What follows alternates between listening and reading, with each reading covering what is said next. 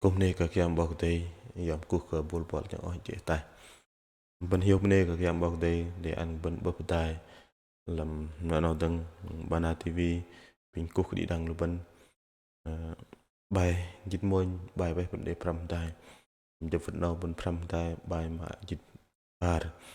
kalau bài kan bu we pegar tang ai bu we pegar tang ai trong term làm sebelah ar lấy chân thế Egypter chal dịch đâm trong dịch ngam lệch đằng để Egypter chal dịch đâm trong dịch ngam chỉ tao cần cái giang go pegar liêng lang lòng loài cái giang go pegar liêng lang lòng loài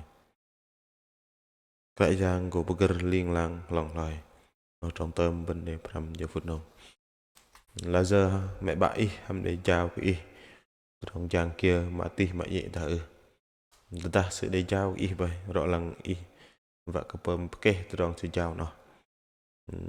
y nhân tham inu bengai chỉ huy và kan inu bengai pegar cái trong mẹ bạn để chào y nào nên là y không không bơm bạc kê trong nó và cái mẹ bạn y bị chào y vậy alhamdulillah giờ y được cheng ngai bu về pegar dom trong làm teh dak nó nợ bọc teh tempat keben kerajaan bọc teh bởi sự pegar tom trong làm teh dak nó sư cũng đã chịu trách nhiệm và điều hành mọi thứ còn sư vậy mà bữa chôn nhặt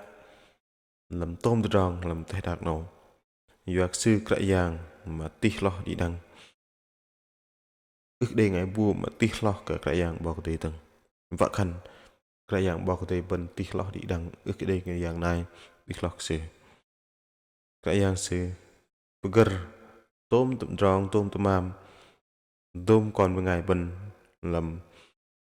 nơi mà cần vào mọi lúc còn tôm cho nar sẽ không bữa ngal tôm tròn nó tôm tròn tru làm tay đạc nó ước đây là giờ mà ngoài cái dạng bọc tiêu và cái dạng bọc tiêu về kiểm soát tròn nó sẽ không bữa plak nar sẽ không đã bữa plak kembang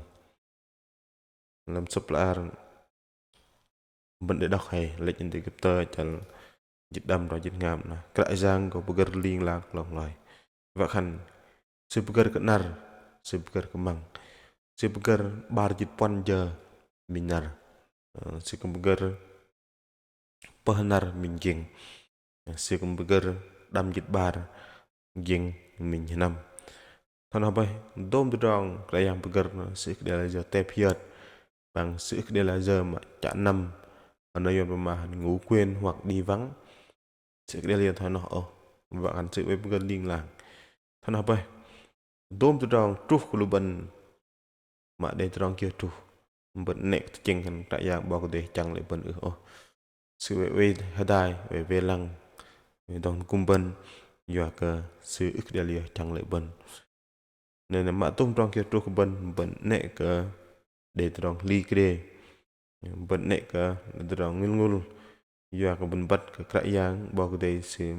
về mềm cái bận tập sự vạ cái bận ngang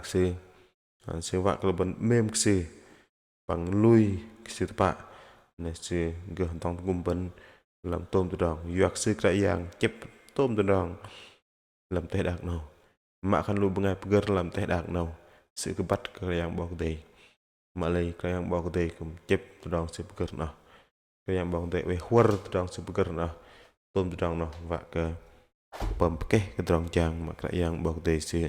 để man cái lubân bên bên đây cái dạng bao đầy thằng nào bên bắt cái dạng bao đầy vậy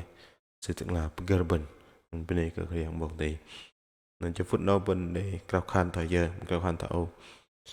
cú bên đây ít cái dạng bao đầy mà mềm còn bên đây ít doạc ít về bơ làm tôm tròn còn lui cái đang ít nếu dim nar Yohanan cái dạng Jesus Christ Amen nah pepin ke bài pram no kumban mak pun bat cái dạng bao tay bơ